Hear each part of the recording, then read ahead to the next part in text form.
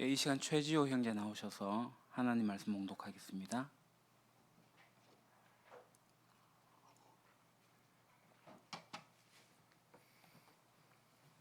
오늘 우리에게 주시는 하나님의 말씀은 신약 성경 빌립보서 2장 6절에서 11절까지입니다. 제가 하나님의 말씀을 봉독하겠습니다. 그는 근본 하나님의 본체시나 하나님과 동등됨을 취할 것으로 여기지 아니하시고 오히려 자기를 비워 종의 형체를 가지사 사람들과 같이 되셨고 사람의 모양으로 나타나사 자기를 낮추시고 죽기까지 복종하셨으니 곧 십자가에 죽으심이라. 이러므로 하나님이 그를 지극히 높여 모든 이름 위에 뛰어난 이름을 주사 하늘에 있는 자들과 땅에 있는 자들과 땅 아래에 있는 자들로 모든 무릎을 예수의 이름에 꿇게 하시고 모든 입으로 예수 그리스도를 주라 시인하여 하나님 아버지께 영광을 돌리게 하셨느니라. 아멘.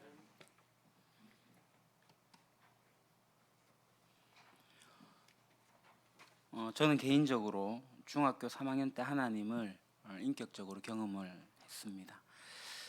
그 이후로 하나님을 알아가게 되었고 그 하나님을 통하여서 세상을 보는 삶을 이렇게 살아왔다고 이야기할 수 있을 것 같습니다.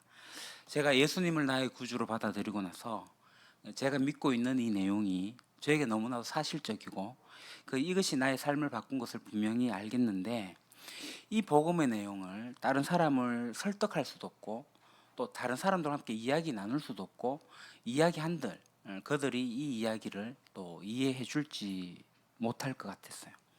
사실 저희 부모님도 이해를 못 하셨어요.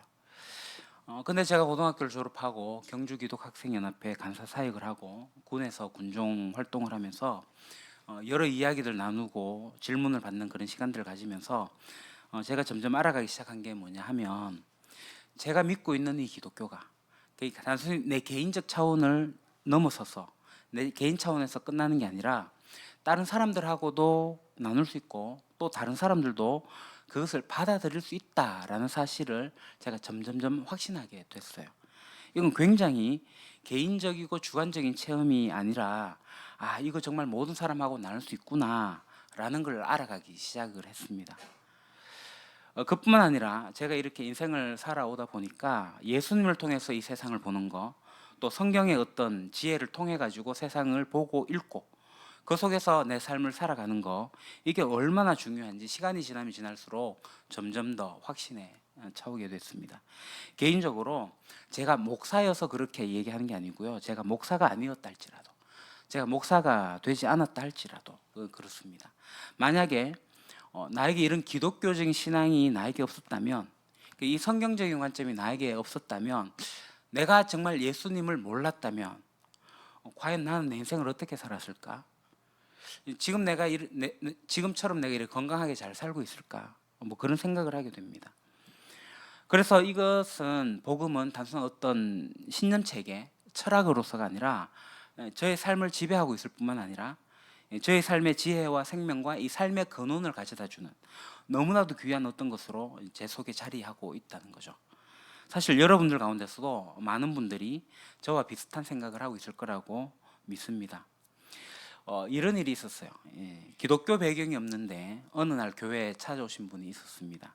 오신 이유를 이렇게 물어보니까 아이들이 커가는데 이 아이에게 뭐를 물려줄까 이렇게 생각하다 보니까 정말 자기가 사랑하는 이 아이들 건강한 환경 속에서 건강한 어떤 정신적인 그 유산 속에서 자라나게 해줘야 되겠다, 그런 생각을 해서 혹시 교회가, 혹시 기독교가 그런 정신적인 유산을 물려줄 수 있지 않을까, 그런 생각을 해서 누가 오라고 하지도 않았는데 자기 발로 교회를 찾아왔다라는 거예요. 그런 분들이 아주 가끔 드물지만 한 분씩 있는 것 같습니다. 저는 그분들의 마음을 좀 이해할 것 같습니다. 왜냐하면 저도 제 자신을 봐도 제가 아무리 곰곰이 생각해도 제가 돈을 많이 벌 것 같지는 않아요. 뭐 수입이 크게 늘어날 것 같지 않습니다. 제 아이들이 있는데 제 아이에게 제가 유산을 물려준다고 할 때 무슨 물질적인 유산을 남겨주는 거 별로 없을 것 같아요. 그런데 지금 저와 제 아내가 같이 살아가면서 만들어가고 있는 어떤 정신적이고 영적인 유산은 남겨줄 수 있겠다라는 있다라는 생각을 해요. 감히 우리 아이들이 엄마 아빠가 살았던 그런 삶을 나도 살고 싶다. 뭐 세상적으로 성공하고 유명해지고 돈 많이 벌고 그런 거 아니라 할지라도 엄마 아빠처럼 살면 되겠다. 그런 유산을 남겨줄 수 있으면 좋겠다라는 생각을 제가 하게 됩니다.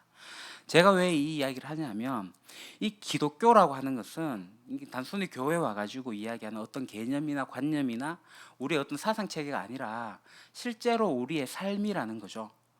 저의 삶이라는 거죠. 기독교라고 하는 것이 그렇게 의미가 있고 사람들을 정말 진정한 의미에서 삶을 이렇게 잘 살아갈 수 있도록 도와주고 어떤 삶의 목적과 방향을 설정해주고 또 그 삶을 살아갈 수 있도록 힘을 주는 게 우리 기독교인데 너무나도 고귀한 건데요. 그런데 이 세상에서 실제로 많은 분들이 하나님을 알지 못한 삶을 살아가면서 기독교에, 교회에 그런 뭐가 있을까라는 생각을 잘 하지 않고 살아가요. 그분들이 우리에게 와가지고 삶의 의미가 무엇입니까? 왜 사는 겁니까? 이렇게 구체적인 질문을 잘 하지 않습니다. 근데 어떤 분들은 삶을 살아가다 보면은 마음속에 늘 생각하는 게 이게 사는 게 전부일까? 이러다 죽는 걸까? 이거 말고 뭔가가 더 있을 건데 하면서 추구를 하면서 살아가는 분들이 있어요. 그러니까 우리가 이제 그런 분들을 넌크리스찬, 불신자, 비기독교인으로 부르지 않기로 했어요. 그러니까 우리는 찬넌이라고 부릅니다. 찬넌이의 정의에 대해 갖고 제가 주보에 기록해 뒀는데요. 앞에 화면 보셔도 되겠습니다.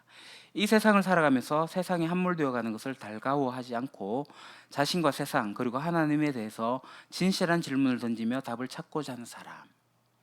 찬넌이는 이런 사람인 거죠. 많은 사람이 세상을 살아가면서 세상에 있는 가치관과 어떤 흐름과 이런 것에 자기 자신이 함몰되어서 살아가요. 세상이 전부다라고 생각을 하고 살아가요. 그렇게 이제 세상이 전부라고 함몰되어져 가는 사람들은 뭔가 더 찾지 않죠. 왜냐하면 그것으로 충분하니까. 사실 우리가 이 세상에서 경험하고 있는 것이 천국에 가까워요. 우리 한국 사회도 이미 부유한 상황이 돼가지고 물질적 부유가 넘어서서 이제 정신적 부유까지 많은 부분이 풍요로워졌어요. 그러니까 사람들이 점점 뭔가를 찾는다, 뭔가를 더 추구한다 이런 생각을 하지 않는 것 같아요. 진짜로 이 세상 속에 푹 빠져서 살아가는 것 같아요. 그런 사람도 있겠지만 물론 상당히 많은 사람들이 그 속에 있다 할지라도 이 세상에 함몰되는 것을 달가워하지 않고 계속 질문을 하는 사람들이 있어요. 내가 누구지? 세상은 왜 이렇지? 인생의 의미가 뭐지? 하나님 정말 살아있다면 그 하나님은 어떤 분이지? 그분은 또 나와 어떤 관계가 있지? 등등에 대해 가지고 끊임없이 무의식으로 질문을 던지고 답을 찾고 있는 분들이 계시다는 거죠. 그분들이 바로 찾는 이들입니다.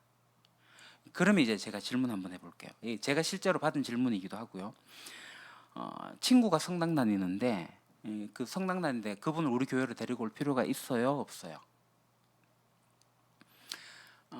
천주교인이라 할지라도 아직 예수님이 그분의 삶에 답변이 되어지지 않은 분이라면은 그분은 여전히 찾는 분입니다. 다시 말해서 교회를 다닌다 할지라도 10년을 다니고 20년을 다닌다 할지라도 장로가 됐다 할지라도 아니 신학교를 나와서 목사가 됐다 할지라도 예수님이 나에게 답이 되지 않는다면 역시 찾는 사람입니다. 예수가 내 인생의 답이다라고 이야기할 수 있는 사람은 찾은 사람입니다. 찾는 이는 그런 의미에서 어떤 종교적인 제도에서 어느 정도의 경력이 있느냐 없느냐 직분에 관계가 없다는 거죠. 예수님이 진짜 나에게 답이 되느냐, 나로 하여금 내 인생을 살아가게 해주고 내 시각을 열어주고 또 내 삶의 방향을 이끌어주는 그분이 바로 예수님인가? 그거 고백하는 사람은 찾은이고 그것을 찾고 있는 사람은 찾는인 거죠. 이와 관련해서 제가 이제 고민을 갖고 있는데요.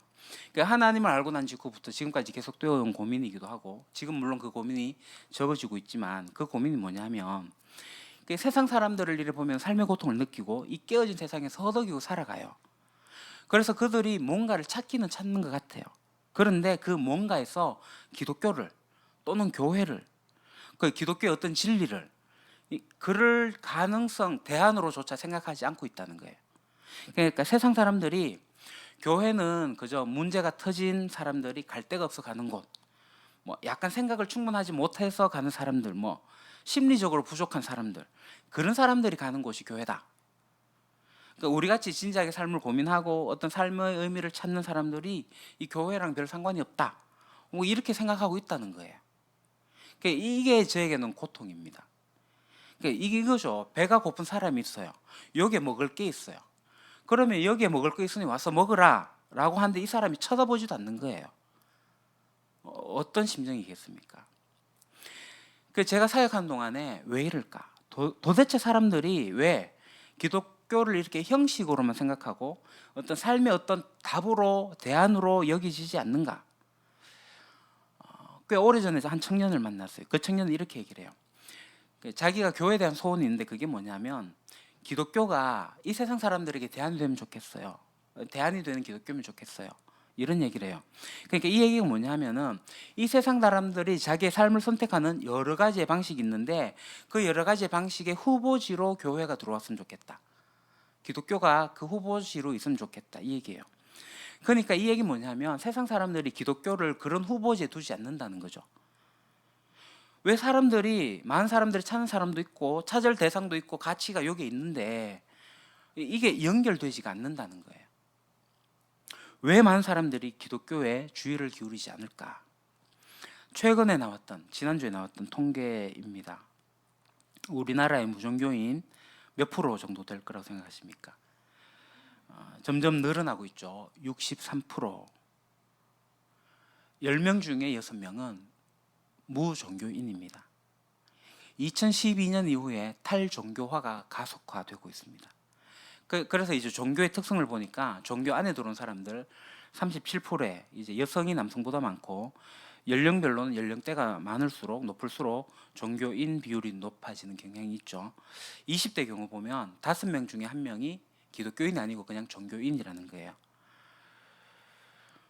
우리나라 종교 인구의 변화 추이를 보니까 개신교, 불교, 기독교, 카톨릭이 점차 이렇게 감소하고 있는 상황입니다. 2022년 작년 기준에 불교 16.3%, 개신교 15%, 카톨릭 5.1% 조사됐습니다. 그러니까 무종교인의 과거 종교를 보게 되면요, 또 놀라운 사실이 있습니다. 개신교가 66%로 타종교보다 3배 이상 높게 나타났다는 거예요. 그러니까 이 얘기가 뭐냐면 과거에는 개신교인이었는데 현재 무종교인이 된 사람들이 많다는 거예요. 그러니까 이 사람들에게 물어봤어요. 왜냐 하니까 종교에 관심이 없어서가 35%, 기독교에 대한 불신과 실망이라는 응답도 10명 중 3명, 꼴 29% 차지했습니다. 그러면 무종교인은 인생에서 종교가 어느 정도 필요하다고 느낄까? 69%가 필요하지 않다. 필요하다 느끼는 경우는 31%고요. 무종교인 10명 중 7명이 종교의 필요성을 느끼지 않고 전혀 필요하지 않다가 25%. 그러니까 4명 중에 1명은 종교는 필요 없다. 전혀 필요 없다. 근데 이게 2017년 조사와 대비해 보니까 2배 가까이 더 늘어난 거예요. 그러니까 종교 자체에 대해서 적대적 입장, 종교에 이제 부정적인 입장을 가지는 무종교인이 점차 늘어나고 있다. 그러니까 개신교도 마찬가지예요. 종교에 들어왔지만 실망해서 떠난 사람이 너무 많다는 거예요. 왜 이렇게 됐을까요? 만약에 기독교라 하는 게 정말 값어치 없는 일이고 깊이 없는 것이고 삶의 의미와 가치를 제공해 주는 것이 아니고 또 의미와 지혜를 제공해 주는 것이 아니라고 한다면 이렇게 되는 거죠. 이해돼요. 그러니까 이게 개인적으로 답답하고 안타까운 거예요. 이렇게 사는 것이, 사람들이 이렇게 산다면, 이렇게 같이 살아간다면 이것보다 더없이 좋을 것 같은데, 그런 생각을 늘 하는데 사람들은 이 기독교를, 교회를 쳐다보지도 않는다는 거죠. 왜 그럴까? 사람들이 기독교에 대해서 관심을 가지지 못하는 이유에 대해 가지고 생각을 해봤습니다. 풍삼초에 3가지 장애물을 이야기하고 있긴 하지만 첫 번째 이유는 이겁니다. 교회 때문에 그런 거죠. 교회가 하나님 뜻을 이렇게 드러내 보이지 못하기 때문에 그래요. 찾는 이들에게 문제가 있는 게 아닙니다. 찾는 이들은 오히려 정상일지 모릅니다. 암중모색하고 삶의 의미를 찾고 있어요. 근데 교회가 문제가 있어요. 교회가 그들에게 하나님 뜻을 이렇게 드러내 보이지 않는 거예요. 그냥 하나님을 보여주지 못하는 거예요. 한 부분조차도 보여주지 않습니다. 크리스찬들, 그러면 우리 기독교인들에게 정말 가치 있는 단어가 사랑 아니에요? 사랑? 기독교는 사랑이다. 하나님 사랑이다. 허구날 외치고 간판에도 내걸고 사랑이라 얘기를 하는데요. 근데 찾는데 세상 사람들이 교회를 보면 이 사람들 사랑하는 같지가 않아. 같이 어우러지고 같이 좀 뭔가를 할 수 있는 것 같지가 않아요. 그러니까 우리 교회는 사랑하기 위해 가지고 모였잖아요. 그러니까 같이 예배 드릴 때도 함께 어떻게 하면 좀 더 공통체적으로 예배 드릴 수 있을까 고민도 하고, 같이 어우러져서 뭔가를 할 수 있을까도 고민도 하고, 그래서 주일 오후에 소그룹 모임으로, 구역 모임으로 하고, 뭐 가정교회 나중에 하게 될 거지만, 그렇게 하는 거는 사랑하려고 모이는 거예요. 사랑하려고. 근데 세상 사람들 보니까 이 사랑이라는 게 교회에 없는 것 같아요. 자기들끼리 계속 싸워.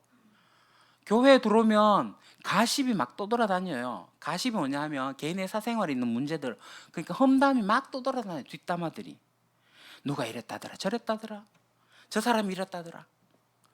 분열이 있는 게 한국교회의 모습이라는 거예요. 세상 사람들이 하는 말이 이거예요. 아니 당신들의 사랑이 그렇게 중요하다고 얘기하면서 왜 당신들은 사랑하지 않아? 이렇게 얘기한다는 거죠. 또 하나는 기독교 정신에 아주 중요한 게 나눔이잖아요. 우리에게 주신 너무나도 많은 축복이 있어가지고 그거 나누는 거예요. 근데 교회가 사실 많이 나누긴 해요. 근데 겉으로 드러나는 이미지는 뭐냐면 이 나누기보다는 뭔가 철옹성 같은, 자기들의 성을 이렇게 쌓아 올려가지고 움켜쥐고 있는 그런 이미지가 이 세상에 있다라는 거죠. 사람들은 교회가 부유하다고 생각해요. 사실 이런 느낌을 가져요. 그래서 자라보고 놀란 가슴 소뚜껑 보고 놀란다고 해가지고 우리 교회 같은 데 와도 와 우리 교회 부자예요 이런 생각을 할 수 있으면 모릅니다. 우리 실상을 모르면서 이 스피커 너무 좋은데요. 야, 그런 이미지가 너무 강하다는 거예요. 교회가. 사람들이 그 오해를 하고 있다는 거예요. 그리고 이제 교회의 이제 정의, 저스티스. 이 70년대, 80년대 한국 교회가 이 한국 사회를 지나오면서 유신 정권과 군사 독재 정권에 끊임없이 아부를 했어요. 아부하지 않으면 침묵했습니다. 그러니까 사람들이 무슨 정의와 진리 안 나는 사람들이 총칼이 무서워가지고 입 다물고 있는 거예요. 그래서 많은 젊은이들이 그때 떠나갔어요. 많은 지식인들이 교회를 버렸습니다. 뿐만 아니라 이 크리스찬의 아주 중요한 특징 중 하나가 온유함과 겸손함이잖아요. 꽤 오래전 이야기예요. 동국대학교 경주 캠퍼스에 그 불교기 개양대 앞에 회향목으로 이 만자를 이렇게 만들어 놨었거든요. 어느 날 저녁에 누군가가 잘랐어요. 십자가를 만들어 놨어요. 저는 그게 기독교인이 한 게 아니라 기독교를 음해하는 누군가가 한 거라고 생각하고 싶을 정도로 기독교인이 어떻게 이런 일을 할 수 있나 라는 생각을 했어요. 근데 실제로 기독교인이 그랬어요. 그렇다면 온유함을 이야기하고 겸손함을 이야기하고 또 십자의 길을 이야기하고 있는 그 기독교와 도대체 타 종교에 대해서 만행을 저지르고 있는 그 기독교가 어떻게 같냐는 거예요. 그러니까 하나님의 뜻을 드러내는 교회가 아니라 정반대의 모습을 보이고 있기 때문에 사람들은 교회를 자기 인생의 어떤 대안으로 생각하지 않고 있다는 거죠. 그뿐 아니라 교회가 그런 게 아니라 우리 개인적인 삶도 그래요. 그러니까 우리 크리스찬의 삶을 보게 되면요, 우리 한국 기독교의 역사가 좀 짧아서 어떤 개인의 영성, 크리스찬의 개인의 영성 이 부분들이 좀 미흡한 게 많긴 해요. 근데 이 신앙이라고 하는 것을 우리가 어떻게 이해했냐 하면은 그냥 교리 외우는 정도로 이해를 하고 있다는 거죠. 그냥 성경 지식을 이렇게 쌓아 올리는 게 신앙으로 착각하고 있다는 거죠. 그거 아니잖아요. 신앙은 우리가 고백하는 거예요. 그 고백하는 만큼 살아가는 게 신앙이거든요. 그 고백하는 만큼 그 속으로 우리 인격으로 들어오는 거죠. 그 고백하는 내용대로 살아내는 게 신앙생활이에요. 그런데 우리들의 이 삶을 보게 되면 우리의 삶과 우리가 고백하는 것이 동떨어져 가지고 이 동떨어진 교리 이거 발견하고 있다라는 거죠. 그러니까 사람들 속에, 우리 크리스천들 속에 어떤 인격적 성숙도 잘 일어나지 않고 그냥 교회만 열심히 다니는 사람들이 너무 많다는 거예요. 그러니까 세상 사람들이, 교회 다니는 사람들이 묻죠. 너 교회 다녀? 그럼 너와 나랑 다른 게 뭔데? 아, 다른 거 하나 있다. 난 일요일 아침에 늘어지게 자는데 넌 일요일 아침에 교회 간다며? 그거 다르고 나하고 뭐가 달라? 직장 생활하는 거 똑같고 회사에 있을 때 똑같고 뭐 문제 생기면 은근슬쩍 넘어가는 거 똑같고 너하고 나하고 다른 게 뭔데? 사람들이 그렇게 얘기를 해요. 교회 뭐하러 다니냐고. 이해를 못 하겠다고. 뭐 교회 다니면 월급이 10% 올라간대? 오히려 교회에서 월급 10% 빼간다며? 뭐 이런 이야기 하고 있는 거예요.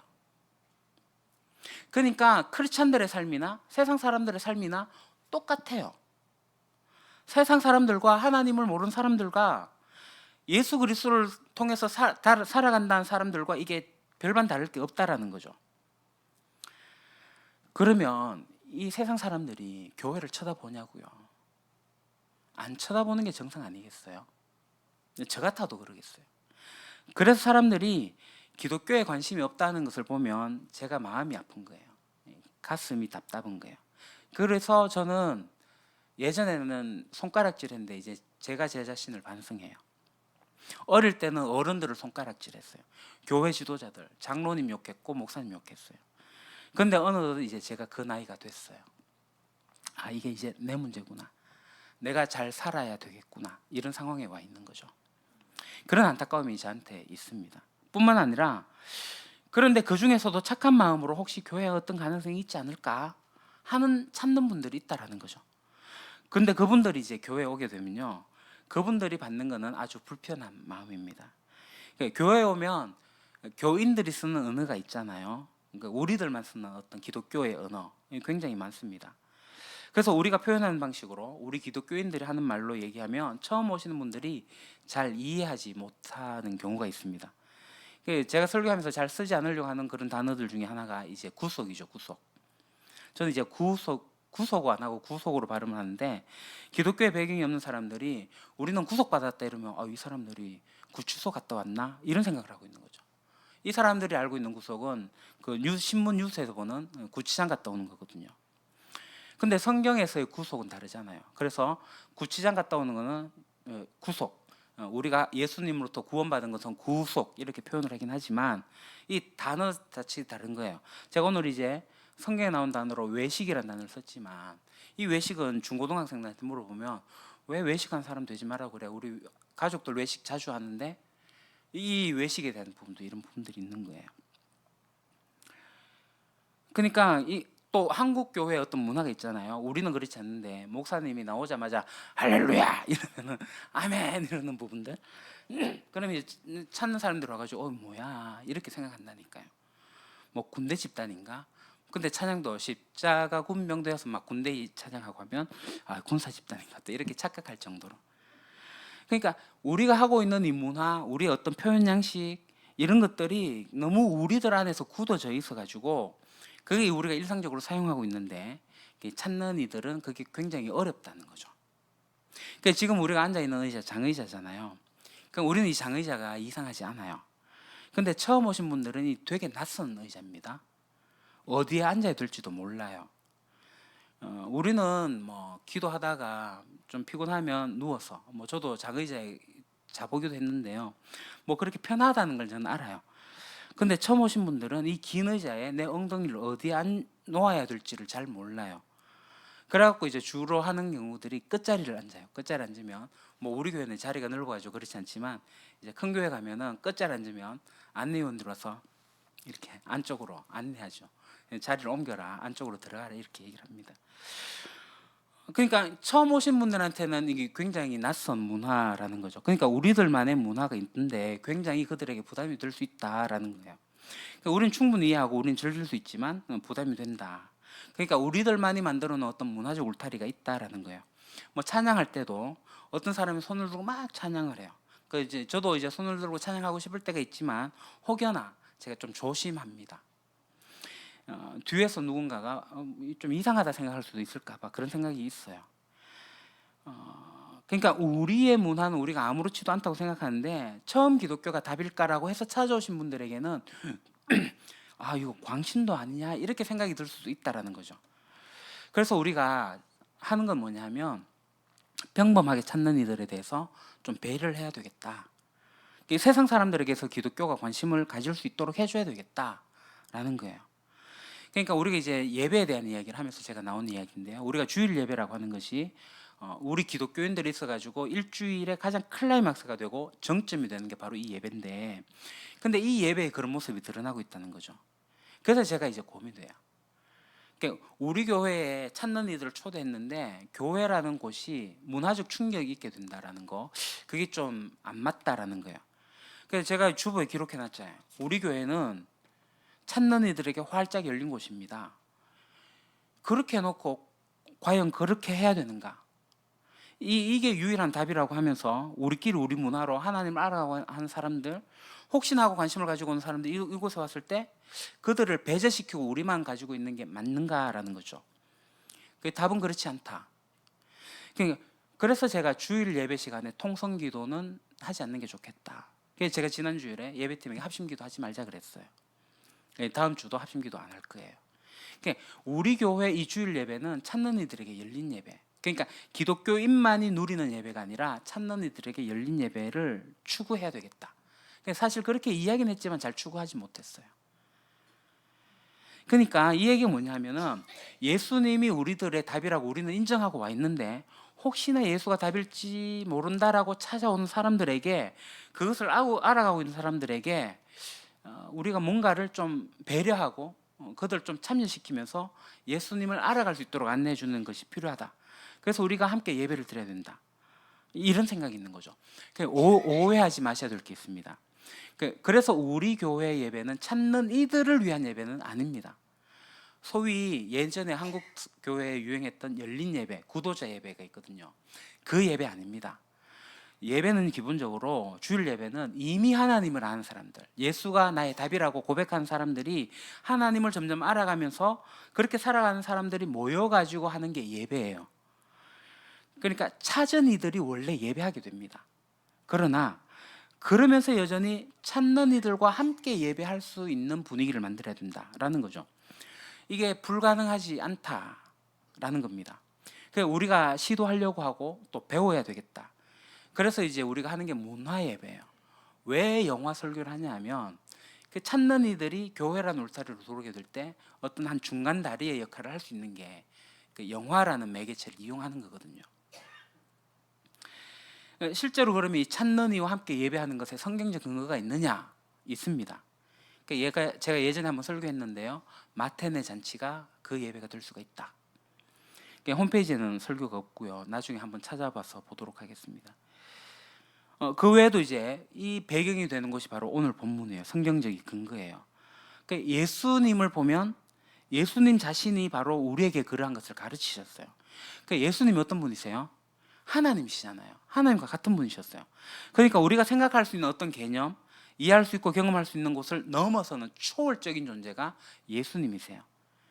그런데 그 하나님이, 그 예수님이 진리를 우리에게 보여주시기 위해 가지고, 알려주시기 위해 가지고 그 하나님께서 택하신 방법이 뭐예요? 그냥 하늘에서 큰 소리로 얘들아 진리는 이런 거다라고 말씀하시지 않으셨다고요. 어떻게 하셨어요?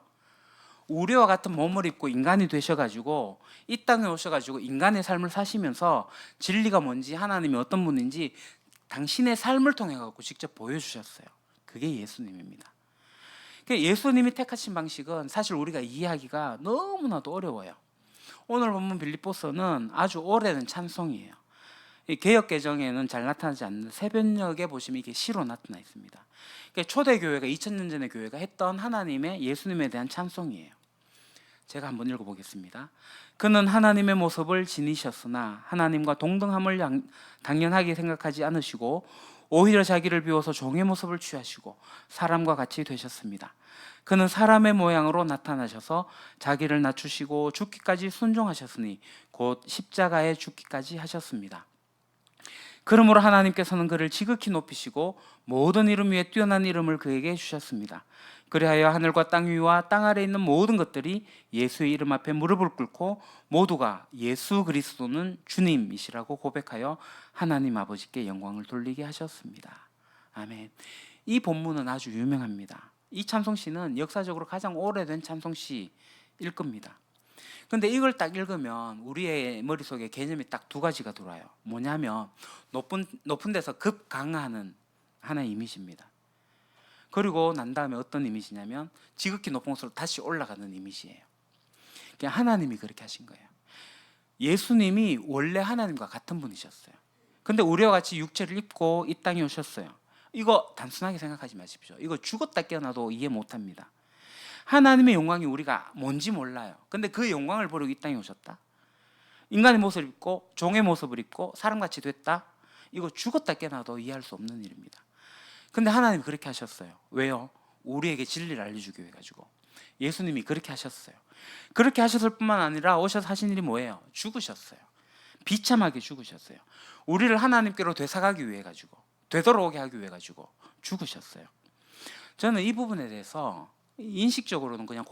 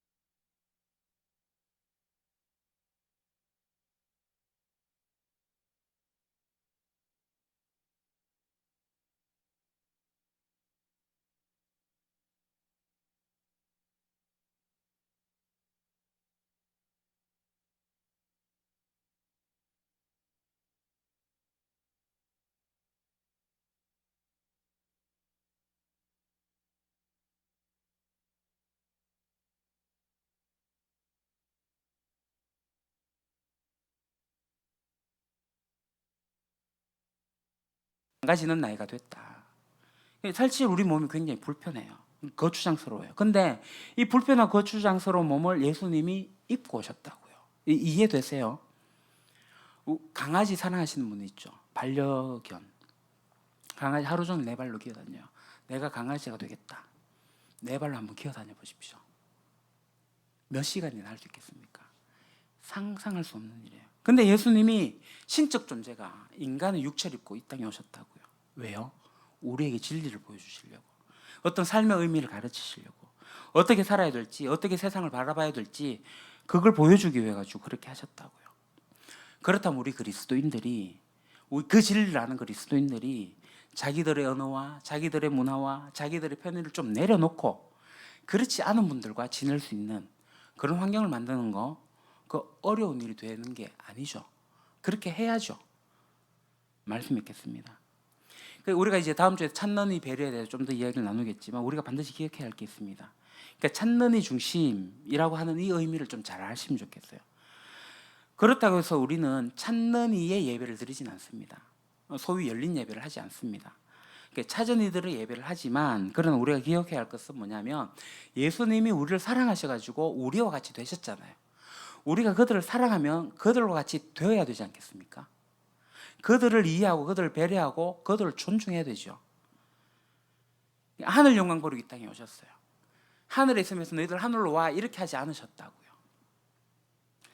그래서 우리가 그 예수 따름이가 되니까 예수님을 따라야죠. 그래서 찾는 이들이 잘 찾을 수 있도록 우리가 여건을 좀 잘 조성하고, 우리가 쓰는 언어 또 우리의 어떤 문화 이런 것들이 이질감이 없도록 좀 이렇게 더 낮추고 겸손함으로 찾는 이들을 좀 더 생각하는 교회가 되면 좋겠습니다. 예수님이 하셨던 것처럼 기도하겠습니다. 하나님, 저희들 예수님처럼 낮아지기를 원합니다. 사실 예수님이 하늘 영광 보르기 이 땅에 오셨다는 거, 우리가 그 개념을 갖고 고백은 하긴 하지만 실제로 그것이 얼마나 놀라운 일인지 잘 절감하지 못합니다. 그러나 우리가 어느 정도 알기에, 예수님이 우리에게 행하셨던 그 모습이 있기에 우리가 이 세상 가운데서 찾는 이들을 예수님처럼 사랑하기를 원합니다. 우리를 구원하기 위해서 직접 죽으신 예수님을 기억하면서 그들을 구원하기 위해서 우리가 할 수 있는 것이 무엇인지를 잘 생각하고 찾고 그들을 배려하며 그들을 주님께로 인도하는 저희들 되어지게 해주십시오. 그래서 우리의 예배가 찾는 이들과 함께하는 찾은 이들의 예배가 될 수 있도록 하옵소서. 예수님 이름으로 기도합니다. 아멘.